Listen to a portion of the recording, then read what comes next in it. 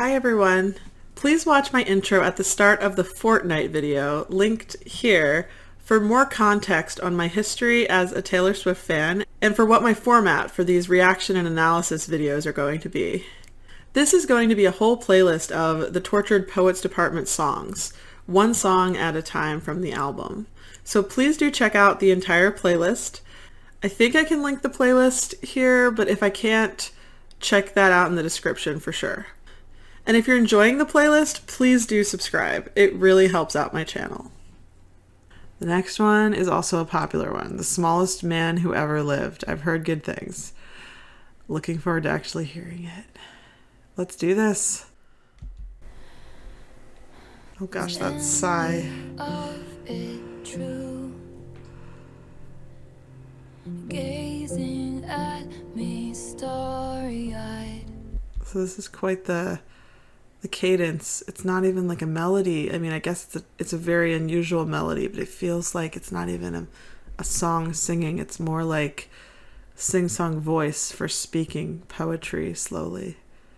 Okay, was any of it true? Gazing at me starry-eyed. She brings up the starry yet again.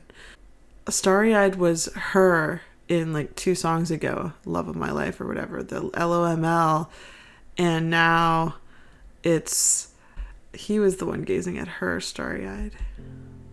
And your Jehovah's Witness suit. Okay.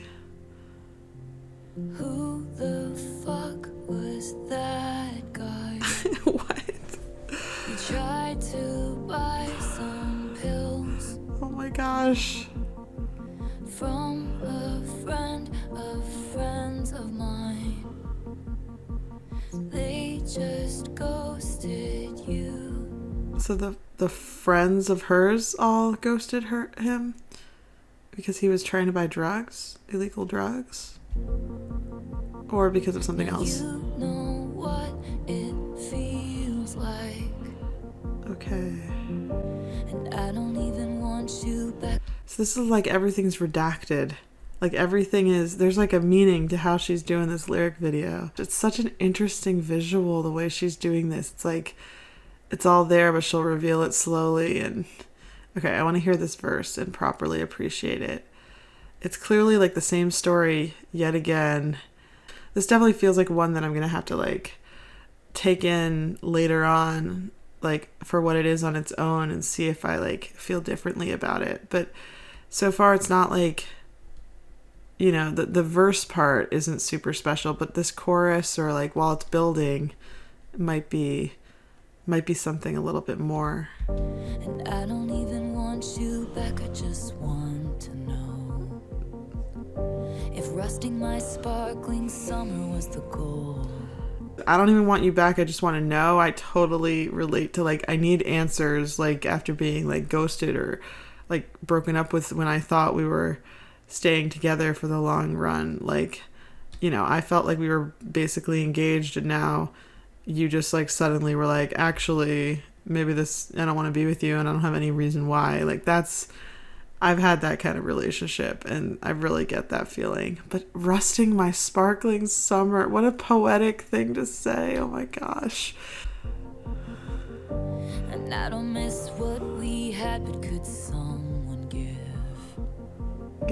a message to the smallest man who... Oh my gosh, that's harsh. Okay, that's the title of the song, right? She doesn't even miss it, what they had? Or is that what she said? I mean, she clearly misses it. I thought she missed it. When did this change? Now she's all just angry. Oh, she seemed to miss it so badly, and now she's like, maybe she definitely missed him for a time. And wanted him back for a time because I listened to Down Bad. Like I really got that message in Down Bad, but this is a little bit past that. Now she's just like, I need answers. I need you to get this message. My God. You hung me on your wall, stabbed me with your push pins. In public showed me off. I mean, stabbed me with push pins. What an image. I mean, so hung me on a wall, so that's why there's push pins to hang something up. but it's like she's saying you made me feel like I was, well, it might be like the object thing again, like my boy only breaks his favorite toys, putting on a shelf on a wall, but like this feels more like you were telling me I was like the center of your world, like I was a centerpiece in your house, like a beautiful thing you were framing, and definitely like you know, like taking seriously and planning to keep for a long time and planning to make a permanent part of your home. But now she's like, well, I thought this was a positive thing, but actually you were like stabbing me, like literal like stab wounds in public showed me off, but then in private, what? God. Then sank in stoned oblivion. I don't follow fully. Oh, stoned. The drugs. Okay. Sank. So maybe that's part of what's going on? 'Cause once your queen had come. She's the queen, right? You treat her like an also-ran. I'm like an also-ran. No idea. Not even...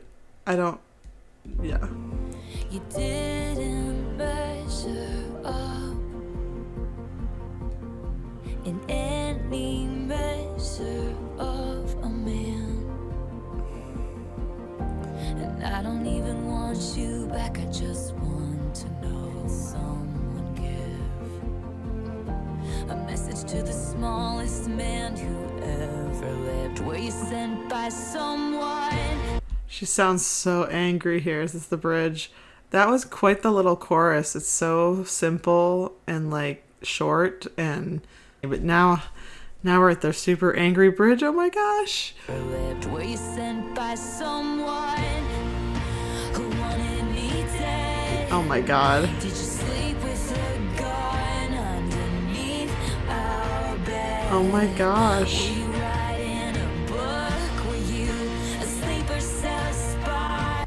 So writing a book, like you just wanted to spy on my life and learn all about me in order to like betray me. Like I can imagine. Oh my god, that's like probably a fear Taylor Swift has, that like, you know, her secrets that she shares only with the people she loves ends up being like revealed in the tabloids, like if she loves the wrong person, or like more than the tabloids, somebody writes a whole book about her or something. And the sleeper cell spy is more this gun imagery and like, you know, wanting to like super betrayal, super complete, like everything's a lie and everything had some other purpose. This is such an intense bridge.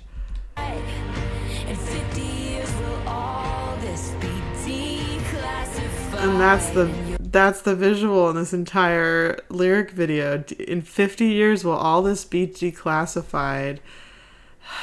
Talk about wanting answers and feeling like everything's so mysterious and she doesn't understand and there's like missing information. She mentioned that in the previous song too, the I Can Do It With a Broken Heart. I think she had this like confusing part of the bridge, but checking in the drawers because like she feels like she missed some of the evidence and she's trying to understand what even happened, like looking for clues about what in the world even happened. I think this there's a couple things here that are her own personal handwriting is what I've heard, like the underneath our bed and then one that's being written right now. And you'll confess why you did. Oh my god. And say good riddance, 'cause it wasn't sexy once, it wasn't forbidden. Oh my gosh. It wasn't sexy while it wasn't forbidden. So this forbidden love was so sexy for her, and she's not even like, she's basically saying, yeah, the sexiness faded for her at some point. Anyway, I don't know if that's true or not, because wasn't it always forbidden? I don't know what to say about that, but that's quite the line. That's good. And the good riddance, she like screamed it in the background while she sung it. Like I loved that, like that production, that layering of voices. I need to hear that again. Obviously she's basically like, she's so done with him finally. I mean, she felt like, like the person must have wanted her dead because it hurt her so much, but now she's so angry that it hurt her so much. And I'll say good riddance. That was good.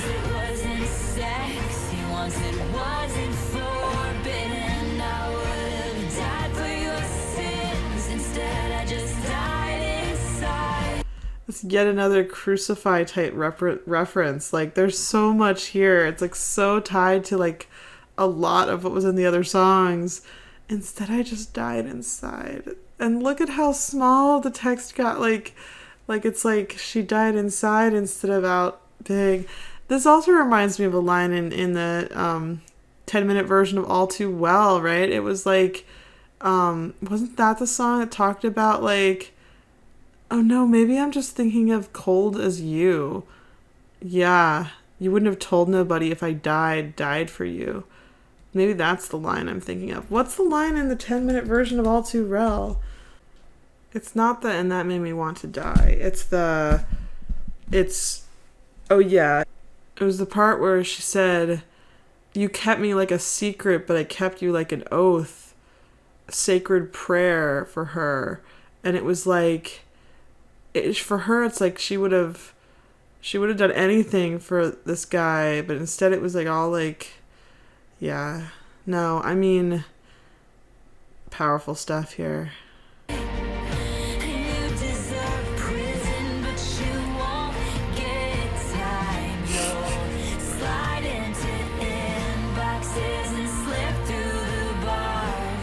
Oh my gosh, this is so interesting as a concept. You deserve prison, but you won't. Yeah, you deserve to be punished for what you did to me, and instead, you're just gonna keep getting to do this again. Like, my punishment isn't really, maybe not my punishment, but like, oh my gosh. You crashed my party and your rental car. Did he really crash a car? I wonder. What party of hers did he crash? Oh my gosh. He said normal girls were boring, but you were gone by the morning. You kicked out the stage lights, but you're still performing. You kicked out the stage lights, but you're still so all of it was an act. All of it was fake. And you kicked out the stage lights makes it sound... That's such a violent image. It's like, you know, it sounds like they're broken. It doesn't sound like you kicked them off. It's like you made them... Yeah, like they're so it's like you're not on stage, so why are you performing? But it's more than that. It's like got this like... You did it in such a violent way or something vibe. Oh my god. And in plain sight you hid, but you are what you did. You are what you did. That is something. And I'll forget you, but I'll never forgive the smallest man who ever lived. That is a powerful ending. Oh my god, I'll forget you, but I'll never forgive.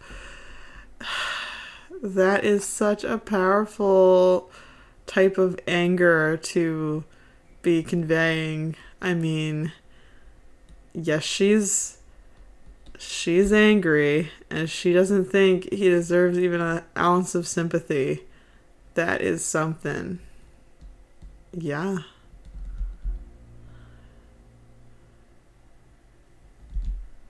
Okay. Yeah, that's up there for me. That one grew on me a lot by the time it got to the intense parts of the song. It was a really slow build, but that was an intense one. So after that reaction, this is my analysis that I've taken a few days, thought about it, watched other people's reactions, and consumed what other people think. And this is like all of my thoughts about this song. I scripted some words to say about what this song is and all my thoughts about this particular song. This is, in my opinion, the last song on the main album about Matty Healy, and a lot were about him. This is track 14, and I believe tracks 1 through 4 were about him, 6 and 7 were about him, possibly 8, I'm not sure. Once I understand it better, we'll see. I think 9 was surely him, and then 11 through 14, and this was track 14. So we've got 10 or 11 songs on an album first before we get to this, 11th or 12th song that's about him. So all these songs were leading us to appreciating this particular song for what it is. This is the song that captures her being more done with him, culminating in the final line being believing she will forget him, even if she never forgives him. And I'm thinking back to the song I Forgot That You Existed off her Lover album nearly 5 years ago.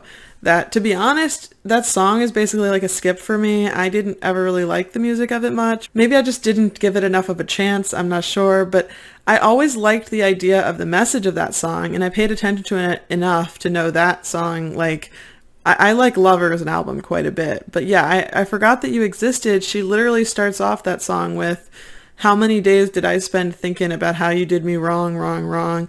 And she'll get to the pre-chorus and will say, then something happened one magical night. And it's the chorus, I forgot that you existed. And I thought that it would kill me, but it didn't. And that's where she's at in this song, which is a powerful thing. She's discussing in this song, like, did you want me dead? And in many others, she seems to have been suicidal over the breakup, including the immediately previous track, which was I Can Do It With a Broken Heart. And she discusses performing and faking smiles even when she wanted to die. But she no longer thinks it'll kill her. She thinks she'll forget. She doesn't even want him back anymore. This song marks major progress for her, so it makes sense for her to end the album with this being the final Matty Healy song. And the other songs are about other aspects of her life, about moving on with Travis Kelce, and it's hard for me to say what I think the Clara Bow song is about, but I don't think it's about Matty Healy. And then if you consider the anthology, the next album, or the extended version of this album, the whole like additional bonus 15 songs, well, I've only listened to 5 of those so far. But even of those first 5 on the next album, we get even more context for this relationship. I think the first 4 of the tracks of that next album are pretty likely about this same one guy. But especially I'm Gonna Get You Back and that song called Chloe or Sam or Sophia or Marcus with the 4 names. In that latter one, she explicitly mentions, you needed me, but you needed drugs more, which really gives more context to the 2 lines that bring up drugs in this song, The Smallest Man Who Ever Lived. She's just hinting at it more in this one, where she's really explicit in that one. In this one, she's talking about how you tried to buy some pills from a friend of friends of mine, but she's not necessarily saying anything about his level of addiction. She does say in a line in this song that he sank in stoned oblivion, though. That's definitely painting a certain kind of picture. But in that later song, if it is about the same guy, I think she's pretty explicit about that detail, and it's just fleshing out the story about this guy even more fully. It is possible that some of these songs pull from multiple relationships in her life, that this is not all about the same one guy and only about him. It would be possible that certain details would be fictional, even if most of it was autobiographical. So many things are possible, but if you assume a lot of it's autobiographical and based on true facts, there's just a certain picture being painted over the course of all these songs. And so in my opinion, this song doesn't really stand that well on its own. It stands well as one piece of the overall whole of this album. So this song ends up being her moment of sharing what she felt like as she remained confused and desperate for answers, but the despair and devastation and sadness had finally transformed into like bitter anger. That's what this song is. She's still confused and desperate for answers, as she was in earlier songs, but she's more angry and kind of all the sadness is evaporated. She also did a good job of starting the song off really slow so that it could really build to something very intense and ending it on that intense note. I do really like this one. I have some other favorites on the album that rank higher for me personally, but this is a good one. The line I would have died for your sins obviously made me think of Jesus first and foremost, and that also made me think of the fact that specifically Jesus' crucifixion was brought up in the song Guilty as Sin. The lyric in that song is specifically, what if I roll the stone away?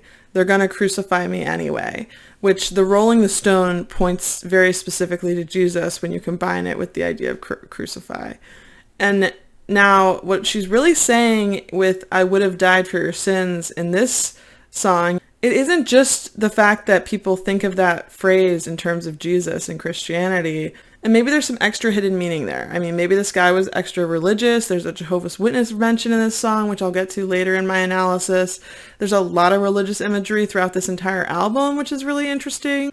But what it sounds like to me she's saying with "I would have died for your sins" is actually a very like kind of literal, like stuff that she's talking about in the song "I Can Fix Him, No Really I Can," where she discusses the jokes he told across the bar were revolting and far too loud. They shake their heads saying God help her when I tell them he's my man, and how she can handle the dangerous man. And then she wrote all of But Daddy I Love Him to be about kind of choosing a sinful life despite everyone wanting to like save her from him and his sins. I mean, the word sin doesn't come up in that song, but it's a very religiously, it's about that in a lot of ways.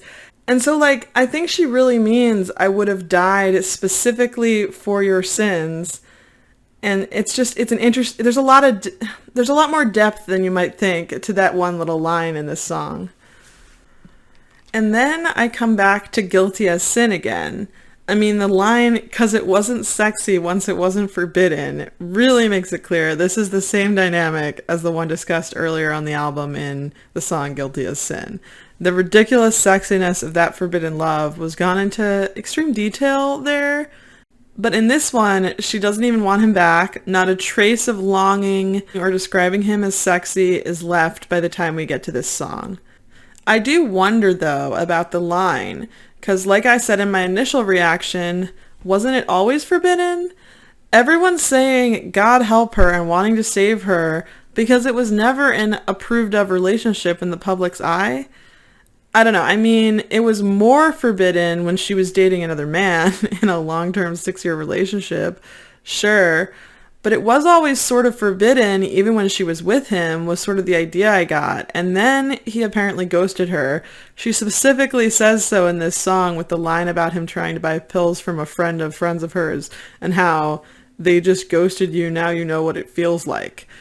And she was not ready for it to end. And so in a way it became forbidden love in a different kind of way, like entirely unrequited or unreciprocated, where he himself was forbidding, her from having access to this love anymore. But yeah, maybe it is just like a way to try to hurt him, try to convince herself to say that it wasn't sexy anymore once she was really with him anyway. It wasn't forbidden. Say it wasn't sexy anymore once it wasn't forbidden is like, the fantasy was more sexy, the forbidden love was all heightened levels of excitement, and now she's trying to say, for whatever reason, it really wasn't so great to be with him. She's trying to tell him, maybe trying to convince herself, or trying to remind herself. The other thing I did think of, though, is the end of the song, But Daddy I Love Him, does kind of imply that people kind of got on board, like her daddy now loves him, right? So maybe there was this aspect of forbiddenness from some people that changed their minds and it stopped being forbidden at some point down the line. I thought that part of But Daddy I Love Him was more like a fantasy of how it could have ended, not like very true. But maybe there's more truth to that part of the song than I realized. And I'll go into that more in depth when I get to my But Daddy I Love Him analysis video, which probably will be relatively soon. I looked up that word, which I had no idea what it was, also ran, which is what she says she was treated as by this guy in this song. And that line as a whole reminds me a lot of My Boy Only Breaks His Favorite Toys, too, because of the way she's explicitly using the word queen to describe herself in both songs, but was also left behind in broken pieces in that song. And in this song, what's the contrast to being a queen is also ran. Also ran is a term from the late 1800s that originally applied to racehorses that did not finish in the first 3 places, like first place, second place, third place, winners. And over time, it evolved to mean a loser in any kind of race or contest, especially if you lost by a large margin. Like literally, this horse also ran in the contest, also ran. But that particular horse isn't notable at all. And it's also currently, as an informal usage, it means an undistinguished or unsuccessful person or thing. So like what a perfect thing to contrast with a queen. The undistinguished versus the super distinguished. And while editing, I realized that she's literally saying in the next line, you didn't measure up in any measure of a man. And being an also ran is all about not measuring up. So he treated her like she didn't measure up, but she's saying, you really are the person who didn't measure up at all. You're really the inconsequential, lost by a large margin compared to other men kind of man. That's a huge point of the poetry of using also ran in this section of the song that I almost completely missed, but I wanted to mention right now while editing. So to move on to some other lines of the song, there was the "You deserve prison" line, which some fans seem to be theorizing that maybe it's not just that she was so angry she wishes that he could be punished for how much he hurt her, but that maybe he actually committed a crime worthy of prison and he's just not getting arrested for it even though he should be. I mean, of course that's possible. We don't know any of the details. Some crimes were speculated upon in comments I saw, but I'm not going to mention things that we have no evidence of. Speculating about a real person committing crimes feels like crossing a line to me. I mean, there is that line in the song itself that implies illegal purchasing of pills. Whether or not the pills are like prescription or whatever kind of drug they are, you're not supposed to buy them from a friend, that there's a law against that. It is interesting to consider that line and the meaning of it. It's interesting to consider, she's saying you deserve prison in a way that could just mean I'm mad at you. So she's not actively accusing him of anything, but maybe deep down there's some just between you and me accusation going on. I'm not sure. People also noticed a double meaning that I missed for the next line, where after she sings, and you deserve prison, but you won't get time, she sings, you'll slide into inboxes and slip through the bars.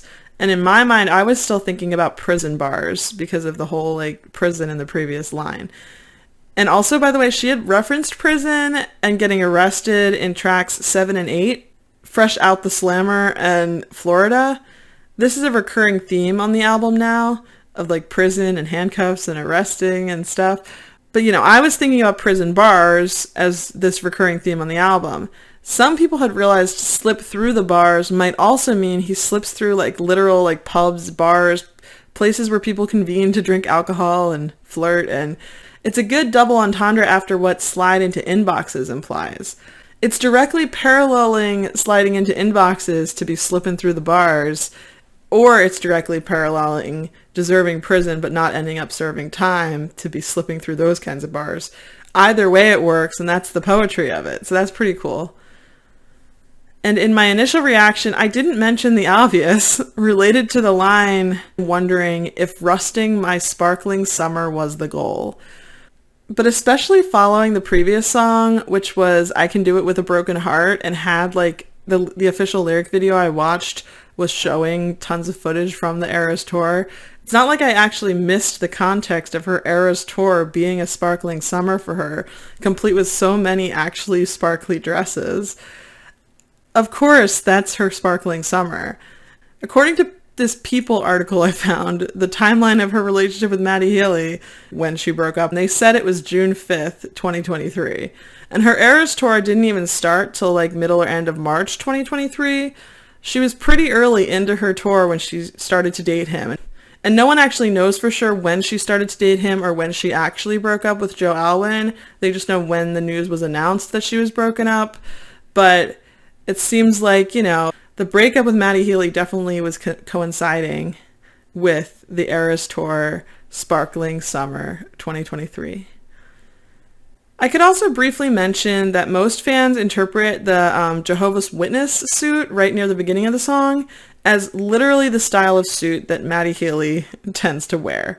A lot of people have mentioned that it's pretty rare for her to actually say something so specific that points to one particular person in her life, and that there's something about this song that's she's not holding anything back and she doesn't care. She wants to be pretty specific because that's the point. I'm calling you out. You're the smallest man who ever lived and you deserve it. And some of the fans also are reading some extra metaphors into the Jehovah's Witness suit, because she always has so much meaning in everything she writes, and that's such a simple, seemingly non-poetic thing to say. So maybe it is poetic, the extra meaning. because like this guy was selling the idea of heaven to her. That came up in multiple other songs, I think. The idea of the word heaven and what she thought she had with this guy. And literally people who are Jehovah's Witness come to people's door and they are really trying to convert you to their religion. And part of that is convincing you that there's this idea of a heaven out there. And so, yeah, I could see this interpretation actually maybe making some sense. Like she's drawing some kind of parallel there in a subtle way. And it probably is relevant to mention that who the fuck was that guy is the very next line. So it's like a contrast. Like she's, what, you know, who the fuck was this guy who was wearing this kind of suit? And I mean, she says, was any of it true? Jehovah's Witness suit, who the fuck was that guy? And it's an interesting way to start off the song.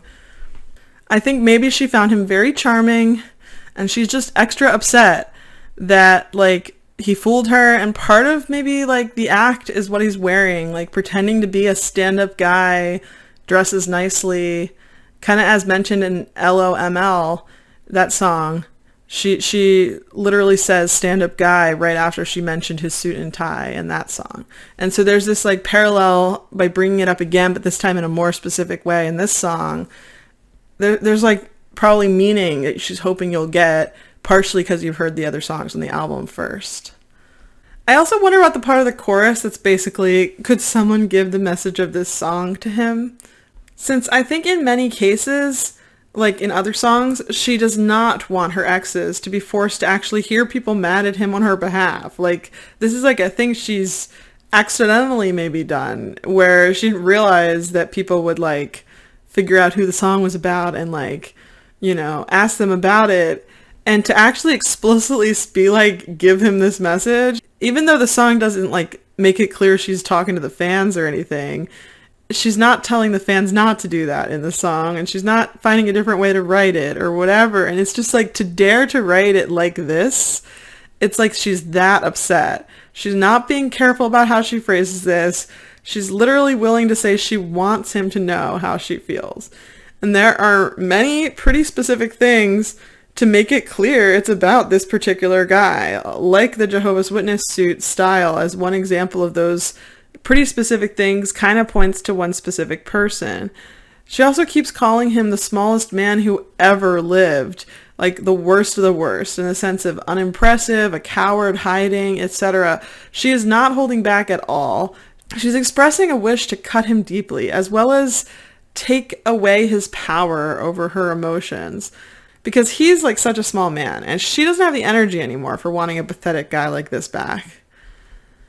So, I mean, I think this concludes my analysis, which leads me to needing to pick a favorite lyric from this song, because I wanted to do that for every song on this album, pick a favorite lyric, and I'm pretty torn between a few of them, but none of them are screaming out to me as particularly amazing. I really love some of her lyrics in some of her songs, but I haven't gotten to analyzing one of those yet. There's a lot of good ones in this song, but honestly, this song is just not one of the ones where she phrases things in like jaw-droppingly amazing ways, in my opinion. A lot of what she says is not her strongest work ever. Like, it's powerful stuff, but doesn't mean that the lines are really getting me in this one. So after looking through the options, I'm going to go with "Rusting My Sparkling Summer" as my favorite little sentence fragment in the song, because it captures so much in so few words. We all know what she means. The Eras Tour was such a sparkling summer, literally, for Taylor Swift. It was the summertime and she was literally sparkling with sequin dresses and stuff. And this is me trying, in the second line, she's mentioned this rusting metaphor before. She says, I had the shiniest wheels, now they're rusting. And here in "Rusting My Sparkling Summer," there's something poetic and generalizable about the line, especially even in the context of the whole line being, "And I don't even want you back. I just want to know if rusting my sparkling summer was the goal." Like any of us who are upset and confused at a person we were dating who hurt us so badly, we can relate a lot to this song. But this is just such a simple and to-the-point thing. She's kind of saying, I want to know if you meant to hurt me this much, but I'm too hurt to want you back. And then she does it in this poetic way to capture how wonderful it could have been, or how wonderful it already was the moment before it was ruined. And it's interesting that this song comes right after I Can Do It With a Broken Heart in the track list on the album, which is a song all about her still showing up and being so productive that it's an art, and she's still sparkling anyway in a way, finding a way to fake it till she made it, and she did, because she phrases the question like, was it the goal, not necessarily confirming or denying if it actually was rusted, if it actually was, ruined. Her sparkling summer, was it indeed rusted or not? That's not really the point. The point is, did he want it to be? And she knows, this was at least quite the attempt to do so. I think it can be interpreted either way, so that maybe it did put a damper on the whole summer for her, or maybe it didn't, and two things can be true at the same time, that she had a sparkling summer and she had this horrible, devastating breakup. She mentioned in the poems she wrote for the album that came out the moment the album was dropped, that, this album includes sentiments from a fleeting and fatalistic moment in time, one that was both sensational and sorrowful in equal measure, which makes me think of the sparkling summer of the Eras tour as so sensational for her, despite all the sorrow of this relationship. And yeah, I guess what I was trying to say earlier, but I don't know if I made it clear, is that I think, all of us, even if we're not Taylor Swift doing the Eras tour, all of us have had, moments that feel, sparkling and wonderful, and the sparkling summer feels broader than just about her own personal life. Sparkling summer is a way to describe a positive, really happy summer regardless. I feel that there's such moments of extreme joy and things I don't know, the whatever sparkling would mean to you, it's got that ability to apply more broadly. And that's why it's my favorite line in this song. So yeah, I think that's all I have to say for this one, The Smallest Man Who Ever Lived. If you've been looking at my playlist or my channel, you'll realize I posted these out of order. This is actually just the second one I'm posting my analysis for, right after I did Fortnite. I've filmed my reactions to 21 total of the 31 songs, but I've only posted these two so far. I hope to post more soon. Please comment some encouragement, maybe vote for which one you'd like to see next or soon. And of course, please check out the playlist here to see if more have been posted since I posted this video. Please check out my other videos.